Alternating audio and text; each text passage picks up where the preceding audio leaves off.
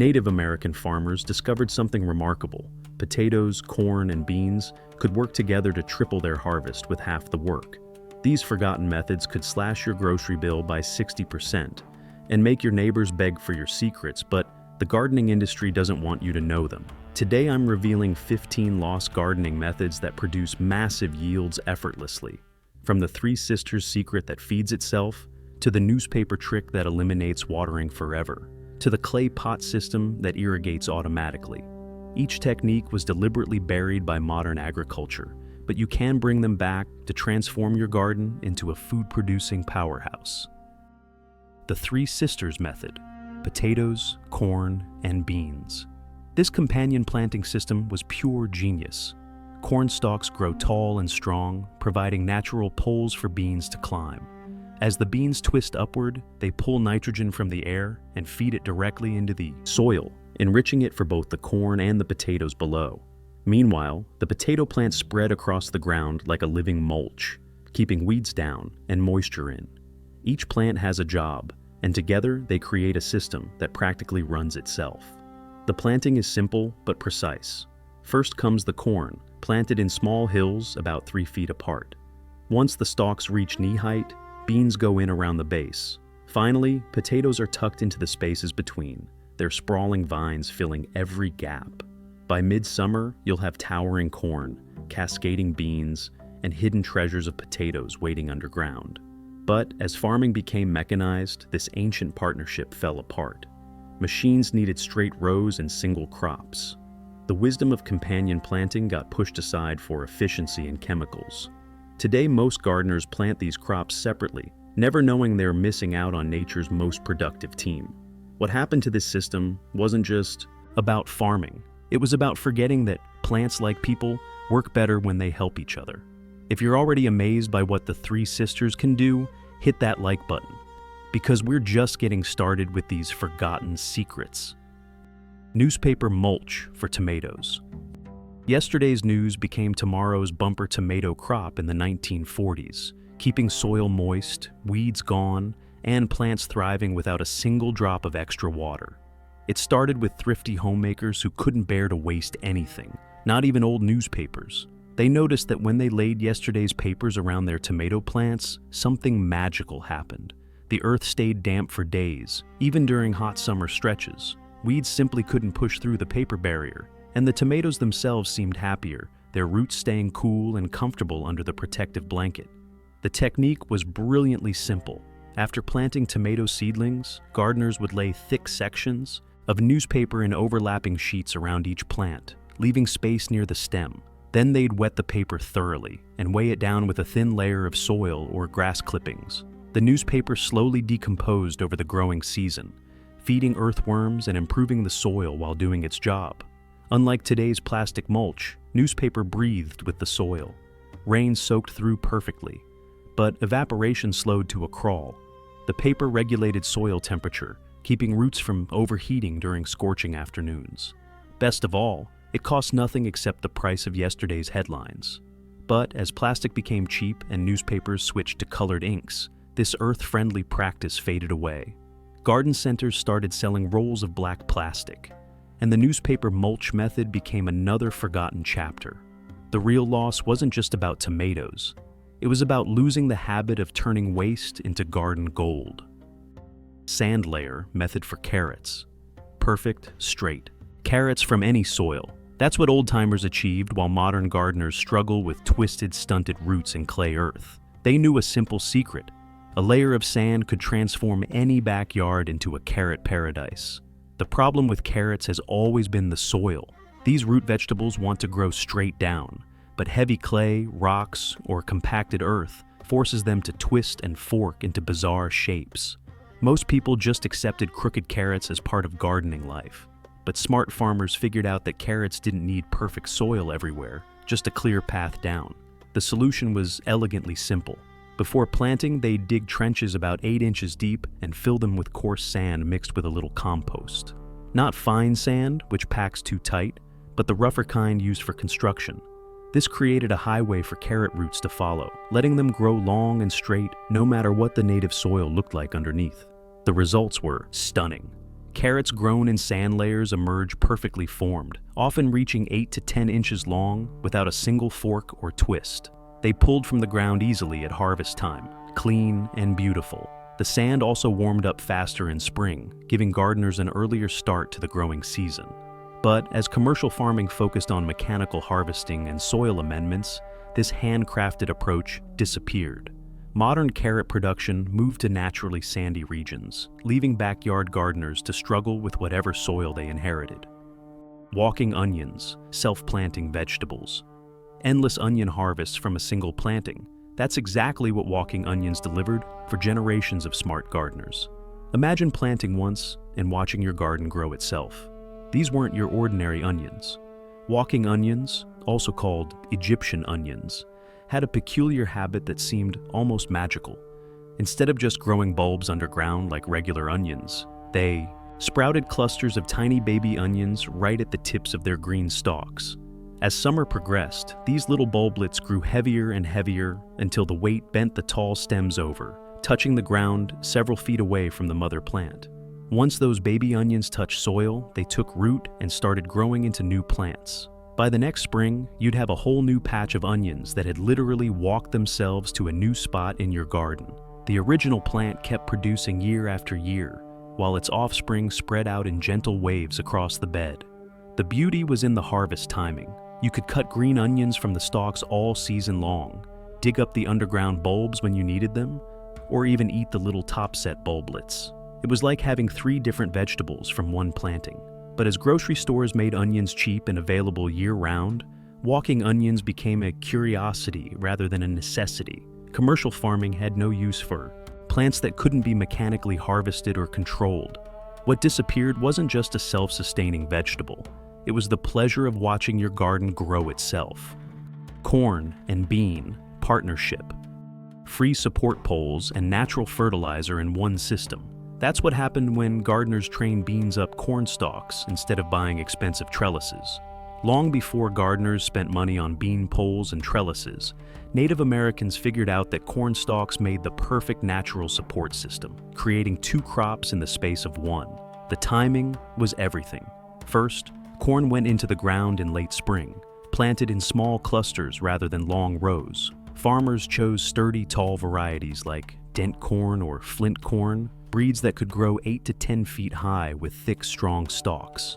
Once the corn reached about 6 inches tall and was firmly rooted, bean seeds were planted around the base of each cluster, usually 3 to 4 beans per corn hill. As the corn shot upward through summer, the bean vines instinctively began their spiral climb, wrapping around the stalks in a gentle embrace. The corn provided exactly what the beans needed, a living ladder to the sun. But the partnership wasn't one-sided. Bean roots hosted special bacteria that captured nitrogen from the air and fed it directly into the soil, giving the corn a steady supply of natural fertilizer throughout the growing season. Harvest was a choreographed dance. Green beans could be picked all summer without disturbing the corn. In fall, mature bean pods were gathered first, followed by the corn ears. Even the dried bean vines served a purpose, adding nitrogen-rich organic matter when tilled back into the soil. But mechanization demanded separation. Tractors needed straight rows and single crops. The ancient partnership was broken for the sake of efficiency. Squash mound system. Instant pest control and perfect drainage from simple mounds. Ancient farmers knew exactly how to defeat the problems that plague modern squash growers. While today's gardeners plant squash in flat rows and fight constant battles with pests and poor drainage, these smart farmers built simple mounds that solved both problems instantly. These weren't just random piles of dirt. The mounds were carefully constructed hills about 3 feet wide and 6 to 8 inches high, spaced far enough apart for the sprawling squash vines to spread between them. Farmers would mix rich compost and well-rotted manure into the soil as they built each mound, creating perfect growing conditions that drained quickly after heavy rains, but held moisture during dry spells. The elevated planting had unexpected benefits. Soil in the mounds warmed up faster in spring, giving squash seeds a head start in cool weather. The improved drainage prevented the root rot that plagued squash grown in flat, waterlogged ground. But perhaps most cleverly, the mounds created a natural fortress against many pests. Squash bugs and cucumber beetles had to work harder to reach plants on the elevated hills. And beneficial predators like spiders and ground beetles found perfect hiding spots in the spaces between mounds. Many farmers planted companion crops right in the mounds alongside their squash. Nasturtiums helped repel insects, while herbs like oregano and basil added their own pest-fighting properties. The result was a productive, self-protecting mini ecosystem centered around each hill. But as farming mechanized, mounds became obstacles. Tractors needed flat fields and straight rows for efficiency. The ancient art of mound building was plowed in favor of industrial agriculture. Cold frame system for lettuce. Fresh lettuce every week from spring through winter. That's what clever gardeners achieved with nothing but old windows and simple wooden boxes, making expensive greenhouses completely unnecessary. Before greenhouses and heated growing systems, smart farmers had cracked the code for continuous harvests. The cold frame was beautifully simple, just a slanted wooden box with an old storm window or glass door on top. But the real genius wasn't in the construction, it was in the succession planting. Smart gardeners didn't plant all their lettuce at once and then wait for the next crop. Instead, they sowed new seeds every 10 to 14 days, creating a continuous conveyor belt of fresh greens. The cold frame captured and held solar energy, creating a warm microclimate even when frost painted the rest of the garden. On sunny winter days, temperatures inside could reach 70 degrees while it was freezing outside. The key was learning to manage the heat by propping open the glass top during warm spells and closing it tight when cold weather threatened. This system lets families harvest crisp, tender lettuce leaves throughout the growing season and well beyond. While neighbors were buying wilted store lettuce in January, cold frame gardeners were picking fresh salads from their backyard. Different lettuce varieties worked better in different seasons. Butter crunch for spring, heat-tolerant varieties for summer, and hardy winter types like mache for the coldest months. But as commercial greenhouse operations scaled up and supermarkets promised year-round produce, the humble cold frame fell out of favor. Cornhill method: more ears per plant and superior wind resistance. That's what indigenous growers achieved by clustering just 4 to 6 corn seeds together instead of planting millions in perfect rows like modern farmers. The hill method started with location. Farmers chose spots with rich, well-drained soil and dug circular areas about 3 feet across. They'd work compost and aged manure into each hill, creating raised mounds that warmed quickly in spring and shed excess water during heavy rains. Then came the strategic planting. 4 to 6 corn seeds arranged in a small circle near the center of each hill, spaced about 6 inches apart. As the corn grew, something remarkable happened. The clustered stalks supported each other against strong winds that would topple isolated plants in rows. Their intertwined root systems shared nutrients and moisture more efficiently than single plants competing alone. Most importantly, pollination improved dramatically. Corn depends on wind to carry pollen from tassels to silk, and having multiple plants close together creates better pollen distribution and fuller ears. Many hills included companion plants around the edges. Beans climbed the corn stalks, while squash vines sprawled between hills, creating the famous Three Sisters combination. Some farmers added sunflowers or amaranth to the mix, turning each hill into a diverse, productive ecosystem.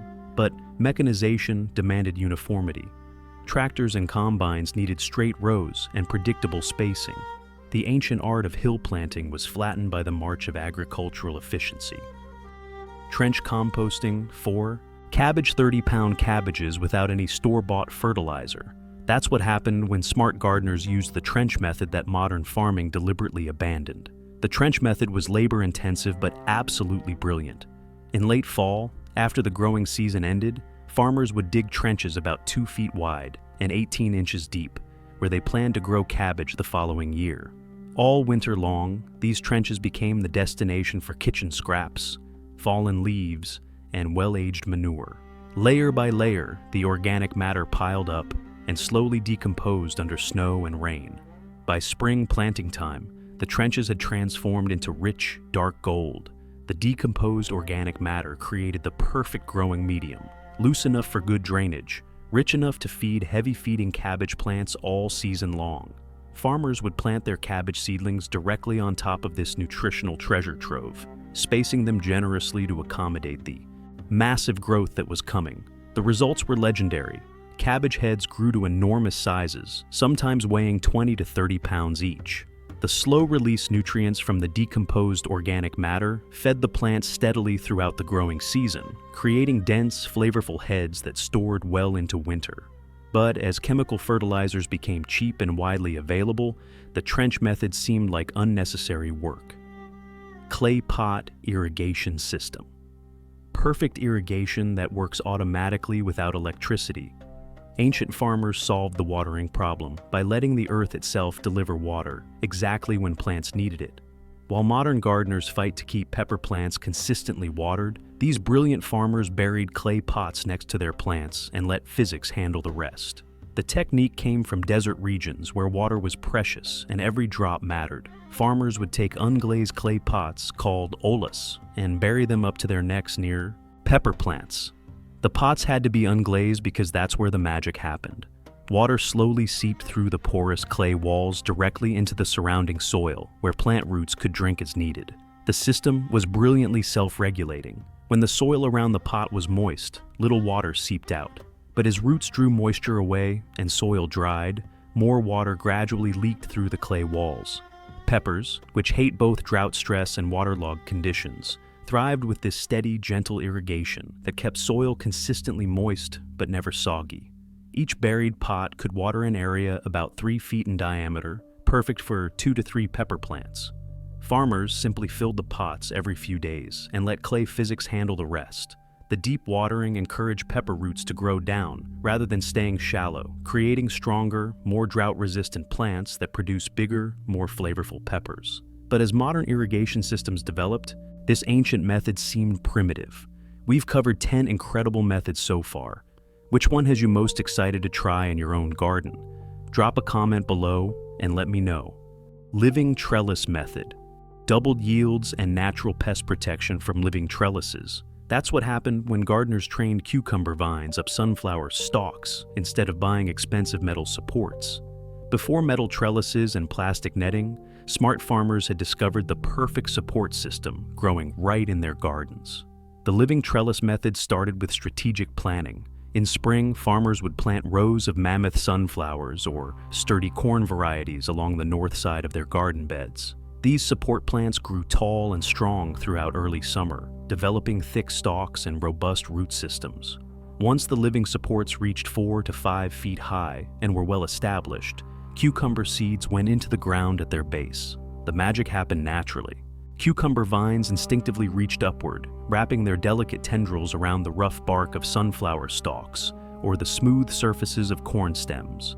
The living supports swayed gently in wind rather than snapping like rigid poles, protecting the fragile vines from damage during storms. As cucumbers climbed higher, they found themselves in better air circulation, which reduced the fungal diseases that plagued ground-growing vines. The pest benefits were remarkable. Many cucumber enemies like striped beetles and squash bugs preferred to stay close to the ground, making harvesting easier and cleaner. The vertical growth also created more efficient use of garden space, allowing other crops to grow in the shadows below. Intensive beet. Growing baseball-sized beets grow closer than carpet. While modern recommendations say space them 6 inches apart, old-timers proved you could pack them tight and get bigger, sweeter roots. By digging just once and creating the perfect growing medium, smart gardeners discovered they could grow beets so close together they looked like a living carpet, yet each root grew larger and sweeter than anything in today's gardens. The secret was in the soil preparation. Instead of working around existing dirt, smart gardeners would dig down 18 to 24 inches and completely replace the soil with a carefully crafted mixture. They'd combine equal parts compost, aged manure, and fine sand, creating a growing medium so loose that beet roots could expand without any resistance. Then came the intensive planting. Rather than spacing beets 6 inches apart like modern recommendations, these gardeners planted them just 2 to 3 inches from each other. It seemed impossible that so many plants could thrive in such tight quarters, but the perfect soil made all the difference. Each beet root had room to grow downward into the deep, rich bed, while the tops formed a living mulch that shaded the soil and conserved moisture.